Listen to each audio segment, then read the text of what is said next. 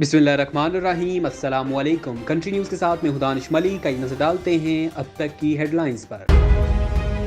वज़ीर आज़म शहबाज शरीफ का कहना है कि खुद करप्शन केसेस में एनआरओ लेने वाला दूसरों पर एनआरओ लेने के इल्ज़ाम लगा रहा है। स्पेशल सेंट्रल अदालत लाहौर में मनी लॉन्ड्रिंग केस में वज़ीर आज़म शहबाज शरीफ अदालत पेश हुए। मीडिया से गुफ्तगू करते हुए शहबाज शरीफ ने इमरान खान को झूठा इंसान करार दे दिया। Army chief general Qamar Javed Bajwa का कहना है कि पाक फौज ने पाकिस्तान को दहशतगर्दी से बचाने के लिए बहुत कुर्बानियां दी। पाकिस्तान मिलिट्री अकेडमी काकोल में 146वें लॉन्ग कोर्स की पासिंग आउट परेड हुई। मेहमान खुसूसी army chief general Qamar Javed Bajwa ने परेड का मुआयना किया। तकरीब में आला सिविल और फौजी हुक्काम समेत गैर मुल्की सफारतकार भी शरीक हुए। वजारत दाखिला ने इलेक्शन कमीशन से ज़िमनी इंतखाबात 90 रोज के लिए मुलतवी करने की दरख्वास्त कर दी। चेयरमैन पीटीआई इमरान खान ने लॉन्ग मार्च से कबल पंजाब और खैबर पख्तूनख्वा में अहम इंतजामी तब्दीलियों का फैसला कर लिया। इमरान खान की ज़ेर सदारत सीनियर रहनुमाओं के इजलास की अंदरूनी कहानी सामने आ गई। ज़राए के मुताबिक इमरान खान ने इजलास के शुरका को लॉन्ग मार्च की हतमी तारीख बताने से गुरेज किया। इमरान खान ने कहा, तारीख का किसी को नहीं बताऊंगा। फॉरेन फंडिंग केस में गिरफ्तार पीटीआई रहनुमा हामिद जमान को 2 रोज़ा जिस्मानी रिमांड पर एफआईए के हवाले कर दिया गया।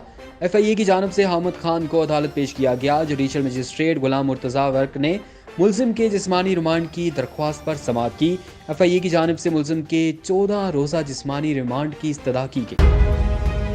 अक़वाम मुत्तहिदा की जनरल असम्बली में पाकिस्तान की इमदाद बढ़ाने के लिए मुत्तफ़िक़ा करारदाद मंजूर कर ली गई। 159 ममालिक ने सैलाब से नुकसानात पर पाकिस्तान से इजहार यकजहती किया।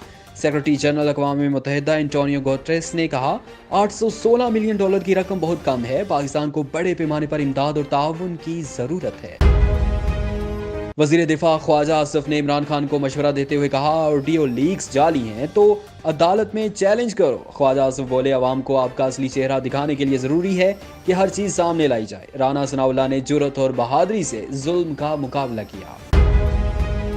सह मुल्की सीरीज में पाकिस्तान की एक और जीत हो गई। मेजबान न्यूजीलैंड को 6 विकेटों से शिकस्त दे दी।